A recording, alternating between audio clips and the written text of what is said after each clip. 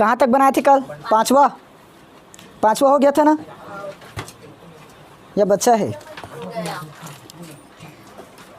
छठवां नंबर देखो, छठवां क्या बोला है? एक मीनार के आधार से एक सरल रेखा में ए और बी दूरी पर स्थित दो बिंदुओं से मीनार के शिखर के उन्नयन कोण पूरक कोण है, तो सिद्ध कीजिए कि मीनार की ऊंचाई रूट ऑफ ए बी है। ठीक, देखो एक मीनार दिया है, उससे ए और बी दूरी पर क्या है? दो बिंदु स्थित है। कोई एक मीनार लेना है। ठीक, अब मीनार से दो बिंदुओं पर क्या है? ए और बी क्या है? दो बिंदु स्थित है। एक ही सरल रेखा है, मतलब एक ही रेखा में जाएगा। और शिखर के उन्नयन कोण पूरक कोण है। एक चीज़ नया मिला है इसमें, पूरक कोण। पूरक कोण जानते हो क्या होता है? पढ़े हो, भूल गए? और एक होता है संपूरक कोण, कहीं पर मिलेगा, इसलिए दोनों को एक साथ ही बता रहा हूँ। देखो, पूरक कोण मतलब जैसे समकोण कितना डिग्री होता है? 90 अंश होता है ना। तो पूरक कोण 90 माइनस थीटा ये होता है, 90 माइनस थीटा। पढ़े हो कहीं पर 8वीं 7वीं में? वैसे ही एक होता है संपूरक, ये कितना होता है? 180 माइनस थीटा। समझ आया? चलो बनाए क्वेश्चन। क्या बोला है? देखो, एक मीनार के आधार से एक सरल रेखा में ए और बी दूरी पर स्थित दो बिंदु है। ये एक मीनार बना लिए, बना। अब ये तो मीनार हुआ, इससे सरल रेखा में क्या है? ए और बी दूरी पर दो बिंदु स्थित है। बनाए, ये लो, या ये हमारा क्या है? मीनार का आधार। एक तरफ क्या है? एक बिंदु ए है और दूसरी तरफ बी बिंदु। दोनों एक ही सरल रेखा में तो है, क्या है? दो बिंदु क्या मिला? ए और बी। हो गया ना? ये बिंदु एक पहला बिंदु और ये दूसरा बिंदु कितना दूरी पर है? ए और बी की दूरी पर। ठीक, दूरी दिया है। ए क्या है? एक बिंदु की दूरी और बी दूसरी बिंदु की दूरी। कहाँ से? इस मीनार से। इस मीनार से ए दूरी पर स्थित ये पहला बिंदु, इसी मीनार से बी दूरी पर स्थित दूसरा बिंदु। समझ आया? दो बिंदु कैसे मिला? अब देखो, मीनार के शिखर के उन्नयन कोण क्या है? पूरक कोण है। तो एक बिंदु क्या मानना पड़ेगा अपने को? थीटा मानना पड़ेगा। एक कोण को क्या मानोगे? थीटा। तो उन्नयन कोण बोला है ना, तो उन्नयन कोण यहीं से जाएगा क्या? ऐसे। तो एक कोण क्या बना है यहाँ पर? थीटा बना। और दूसरा कोण क्या है इसका? पूरक कोण, वो भी होगा उन्नयन कोण। उन्नयन कोण ज़रूर है, लेकिन क्या है वो? पूरक है। पूरक मतलब अभी बताया था 90 माइनस थीटा। चित्र समझ में आया पूरा? अब ये मान लिया हमने मीनार, तो मीनार के आधार से पहले बिंदु की दूरी ए और मीनार के आधार से दूसरे बिंदु की दूरी बी। समझ आया? अब पूरे पर हम क्या करेंगे? सिर्फ इसका नाम बस लिखेंगे। अच्छा, हमें ज्ञात क्या करना है? सिद्ध कीजिए कि मीनार की ऊंचाई रूट ऑफ ए बी है। सिद्ध क्या करना है? मीनार की ऊंचाई क्या है? ए बी है रूट में। तो यही तो है क्या? मीनार की ऊंचाई। ये हमने मीनार माना था स्टार्ट में, याद करो। ये क्या है? मीनार। तो इसकी ऊंचाई क्या बोला है? रूट ए बी है। हमें ये सिद्ध करके लाना है। समझ आया? अब पूरा नाम दे देते हैं, ए बी सी, और ये बीच वाले को डी नाम दी। इसको यहाँ कर देना। ये बीच वाला कौन सा है? डी बिंदु। मीनार का आधार क्या है? डी।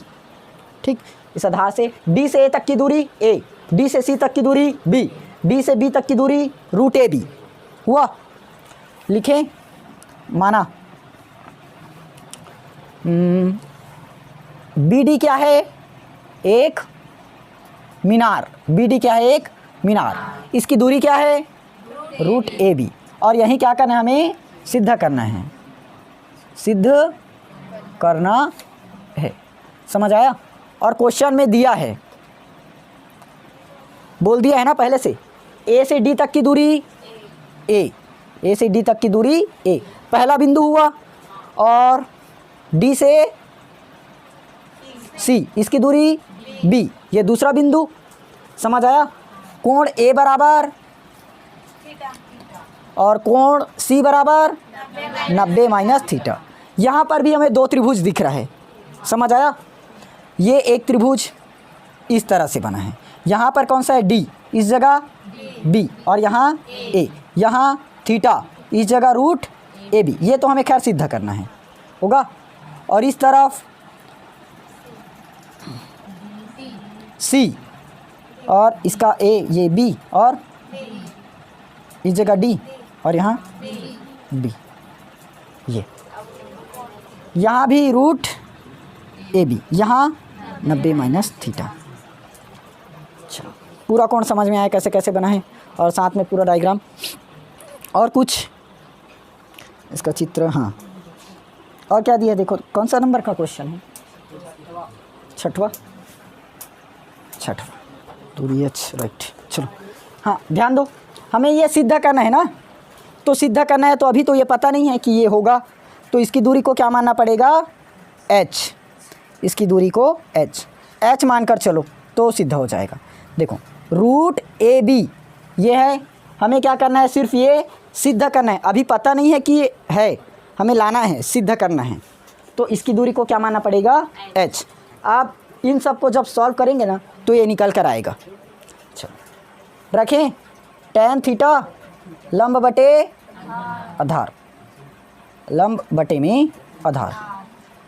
पहला त्रिभुज, अच्छा कौन सा त्रिभुज लिए, ए बी डी, त्रिभुज ए बी डी में लंब कौन सा होगा, त्रिभुज ए बी डी में बी और डी बटे आधार ए डी। तो tan थीटा की जगह तो थीटा ही रहेगा, क्या थीटा है यहाँ पर कोण, और लंब h, आधार ए, h अपॉन ए।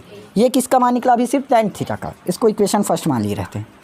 अब दूसरा क्या निकालना है, कौन सा त्रिभुज दिख रहा है दूसरा, बी डी बी सी में होगा, तो tan थीटा बराबर, इसमें भी वही होगा, तो डायरेक्ट कोण को लिख रहा हूँ, थीटा की जगह इस बार क्या लेना है, 90 minus theta, 90 minus theta equal लंब बटे आधार, इस बार लंब कौन सा होगा, बी डी, आधार बी सी डी सी, हाँ चलो सी डी, बी डी की लंबाई h, इसकी लंबाई b होगा।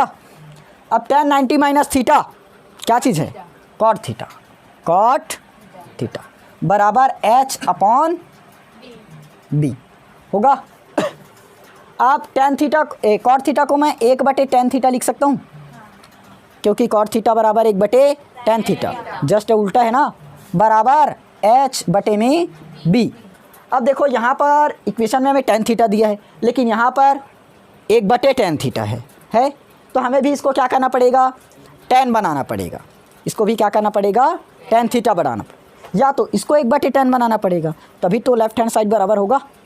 तो इसको क्या करते हैं, tan को ऊपर लेकर चलते हैं, गए 1/tan थीटा को मैंने क्या किया, tan थीटा बटे 1 किया, तो इधर भी चेंज होगा, b/h होगा, h बटे b का क्या किए, b/h। अब देखो समीकरण 1 और समीकरण 2 दोनों का लेफ्ट हैंड साइड बराबर हो गया, इसके भी नीचे में कुछ नहीं है, मतलब 1 है होगा। तो समीकरण 1 व 2 से दोनों का लेफ्ट वाला बराबर है, तो राइट भी बराबर होगा क्या, तो h क्या हुआ, इधर h अपॉन a और इस तरफ b अपॉन h आया, क्योंकि इसका लेफ्ट हैंड साइड बराबर है तो राइट वाला को भी बराबर किए, तो h इंटू h मतलब h का वर्ग और a इंटू b। अब यदि मैं h का मान निकालूं तो क्या निकलेगा, h is equal to root A, हाँ h is equal to root A B, और यही हमें सिद्ध करना था। देखो हो गया ना प्रूफ, यहाँ पर लिख लेना, बराबर हमने क्या मान लिया है h। देखो h इसकी ऊंचाई को माने थे ना, और ऊंचाई क्या निकल गया, रूट ए भी निकलते, समझ आया। अगला क्वेश्चन देखो 8वां, अरे 7वां बचा है ना। 15 मीटर ऊंचे एक भवन के शिखर से किसी मीनार की चोटी का उन्नयन कोण 60 अंश तथा मीनार के पाद बिंदु का अवनमन कोण 30 अंश है, तो मीनार की ऊंचाई एवं भवन से मीनार की दूरी ज्ञात कीजिए। समझ आया। 15 मीटर ऊंचा क्या है, एक भवन है। उसके शिखर से क्या किया गया, मीनार की चोटी का उन्नयन कोण 60 डिग्री बना है। मीनार के बिंदु से अवनमन कोण 30 डिग्री है। मीनार की ऊंचाई और भवन से मीनार की दूरी, दोनों चीज़ पता करनी है। समझ आया? चलो बनाएं। सबसे पहले ये हमने बना दिया 15 मीटर भवन। भवन कितना मीटर, 15 मीटर। 15 मीटर भवन, इसके शिखर से, मतलब शिखर यहीं होगा क्या, ऊपर वाला बिंदु। मीनार की चोटी का उन्नयन कोण 60 अंश, ये बना देते हैं एक मीनार। इसी पर अब मीनार को इसी के ऊपर बनाओगे क्या, भवन के ऊपर नहीं बनेगा ना। तो ये मीनार बना, इसकी चोटी का उन्नयन कोण कितना डिग्री है, 60। समझ आया? ये मीनार हुआ, इसकी चोटी तो ऊपर ही बनेगी क्या, तो ये 60 अंश। समझ आया? और क्या बोला है, मीनार के बिंदु से, मीनार के पाद बिंदु से अवनमन कोण क्या है, 30 डिग्री। तो यही तो हमारा क्या होगा, जो मेन मुख्य बिंदु है वो सेंटर वाला। इससे डिग्री, 1 डिग्री कितना बना है, 60 अंश। उन्नयन कोण बना है वो वाला 60 अंश। और एक कोण और दिया है, अवनमन कोण। एक कोण क्या है, अवनमन कोण कितना डिग्री है, 30 डिग्री। और नमन कोण 30 डिग्री। ये लो,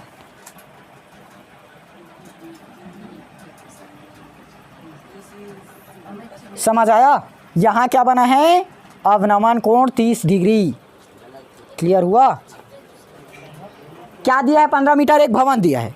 भवन से एक मीनार बनाए, मीनार का उन्नयन कोण 60 डिग्री और अवनमन कोण 30 डिग्री। बताया था उन्नयन कोण मतलब ऊपर की तरफ बनाओगे, अवनमन मतलब नीचे की तरफ।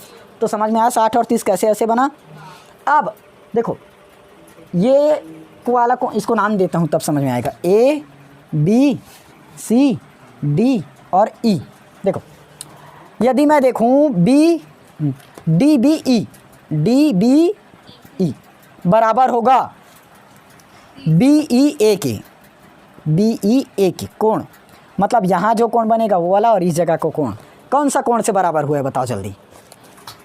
DBE ये एक कोण मिला, BE और A ये वाला एक कोण मिला, ये दोनों बराबर होगा, मतलब ये 30 डिग्री तो यहाँ भी 30 डिग्री। क्यों बराबर हुआ है, पढ़े हो इसको? संगत कोण, एकांतर कोण, अंत एकांतर कोण, बाह्य एकांतर कोण, याद आया? शीर्षाभिमुख कोण, क्लास 8 और 9th, 7 में भी है भाई। हाँ है ना। तो कौन सा कोण है ये, एकांतर। एकांतर। अब देखो हमें ज्ञात क्या करना है, मीनार की ऊंचाई। मीनार तो इसको माने थे क्या, उसकी ऊंचाई ज्ञात करें, साथ में मीनार की दूरी। ये मीनार की क्या बन जाएगी, दूरी x मान लेते हैं, मीनार की दूरी x। तो ये वाला x है तो नीचे भी तो x होगा क्या, बराबर है। ये वाला 15 है तो इधर भी 15 ही रहेगा। हमें क्या ज्ञात करना है, अब एक चीज़ और बचा है, मीनार की ऊंचाई निकालना है। तो ये अब बन गया पूरा, ये पूरा हाइट को हमने क्या मान लिया, h, क्योंकि यही तो मीनार की ऊंचाई बनेगा, क्या माने उसको, h। अब देखो ये पूरा हाइट को माने, मीनार की ऊंचाई C से E नहीं है ना, मीनार तो हमने इसको माना है तो उसकी ऊंचाई तो C से D बनेगी। देखो BD क्या है, एक मीनार है, तो मीनार की ऊंचाई B से C ये बनेगा, सॉरी D से C और C से E, ये भवन और मीनार दोनों की ऊंचाई है, क्योंकि ये भवन माने हैं और ये वाला मीनार की ऊंचाई, तो भवन की ऊंचाई और मीनार की ऊंचाई, ये टोटल को h माने। और ये जो छोटा सा D से C बचा है ये क्या, हमारा मीनार की ऊंचाई, क्योंकि मीनार यही है ना। तो मीनार की ऊंचाई देखो, पूरा कोण क्या है, मतलब पूरे की दूरी h और छोटा वाला दूरी 15। चलो मैं न्यूमेरिक वैल्यू में फिर से समझाता हूँ। देखो ये पूरा दूरी मान लो 20 है, पूरा दूरी क्या है 20 है, और ये वाला दूरी छोटा सा 15 है, तो इसकी दूरी कितना निकलना चाहिए, 5। कैसे करोगे, पूरे में से छोटे को माइनस करोगे, तो पूरा h में से माइनस कर दो 15 को, तो कहाँ से कहाँ तक की दूरी निकलेगा, C से D तक। समझ आया, पूरा चित्र समझ आया। अब सॉल्व करते हैं, अब सिर्फ करना बस बाकी है, कर लोगे। देखो एक त्रिभुज मुझे दिख रहा है ये बी ई और ए, बी अच्छा पहले लिख लेना सातवां है ना, बी डी बराबर एक्स और इसी के बराबर में ए ई भी है क्या, वैसे ही ए बी बराबर 15 मीटर। अरे ए बी और साथ में ई डी, ये भी तो 15 है, ई डी ये भी कितना हुआ 15 मीटर, इसको भी मीटर में ही लेना हो गया। और कुछ हाँ, कोण बी बराबर कोण ई बराबर 30 अंश, कोण बी बराबर 60 अंश। इस जगह पर बी को अलग नाम करना ना, सी बी डी, क्योंकि यहाँ पर वैसे में ये बराबर हो जाएगा, ये बी ई ए बना है, लिख लेना नहीं तो गलत हो जाएगा, बी ई ए, ठीक, A B E, A E B बना है, ए ई बी, देखो ए ई बी, ठीक। और एक क्या है डी बी ई, डी कैसे लिख रहा हूँ, डी बी ई, समझ आया। सिर्फ कोण को बीच में रखना और दो बिंदुओं को आगे पीछे कर सकते हो। और क्या बचा, सी से ई एच मीटर और डी से सी एच माइनस 15 मीटर, पूरे की दूरी मिल गया। अब tan थीटा का फॉर्मूला लगाओ, कौन से त्रिभुज में, बी ए ई में या बी ई ए में, tan थीटा लंब बटे आधार, लंब कौन सा है जल्दी बताओ, हाँ ये वाले त्रिभुज में थीटा यहाँ बना है तो इसके सामने वाला ये लंब होगा, ए से बी, आधार ए ई, tan थीटा का मान 30 डिग्री, ए बी का मान, ए बी बताओ ना, और ए ई एक्स, tan 30 अंश का मान 1/√3, यही तो होता है ना, और 15/x, तो x का मान क्या निकलेगा 15√3, ये तिर्यक गुणा हो जाएगा ना, तो 15√3 मीटर, किसका मान निकला x, 15√3 आया। अब ये वाला पता चल गया और ये दूरी पता है ना, निकालना क्या चीज़ है, h माइनस 15, निकाले। अब कौन सा त्रिभुज लगाओगे, त्रिभुज सी बी डी में tan इस बार कितना डिग्री 60, लंब बटे आधार अब भी होगा, अब 60 यहाँ पर है तो लंब कौन सा होगा, सी डी मतलब h माइनस 15, आधार अब भी निकाले, बी डी मतलब 15√3। अब tan 60 अंश का मान √3 is equal to h minus 15 बटे 15√3, तिर्यक गुणा होगा फिर से क्या, नीचे में कुछ नहीं मतलब 1, तो √3 का गुणा 15√3 में और h माइनस 15 का गुणा 1 में होगा, तो √3 गुणित √3 3 होगा, गुणित 15 बराबर h माइनस 15 आएगा ना, √3 गुणित √3 मतलब 3 और 15 तिया 45, h माइनस 15, तो 45 प्लस 15 माइनस 15 को इस तरफ लाए प्लस 15 बराबर h, अरे 15 और 45 60 बराबर h, तो h बराबर क्या आया 60 मीटर। ये लो h का मान क्या निकला 60 मीटर, तो h माइनस 15 कितना निकला, h माइनस 15, ये किसकी दूरी है, सी डी की दूरी, देखो h माइनस 15 किसकी दूरी है, सी डी की दूरी, और हमें यही तो निकालना है क्या, तो सी डी बराबर h की जगह क्या रखोगे 60 माइनस 15 कितना निकलेगा 45, ये वाला आंसर होगा ना, समझ आया। क्योंकि हमें किसकी दूरी निकालना था, सी से डी की, पहले किसका निकाले, सी से ई निकला, एच का मान क्या आया 60, इसका मान क्या आया 60, तो हमें मान क्या दिया, एच -15, तो 60 - 15 45।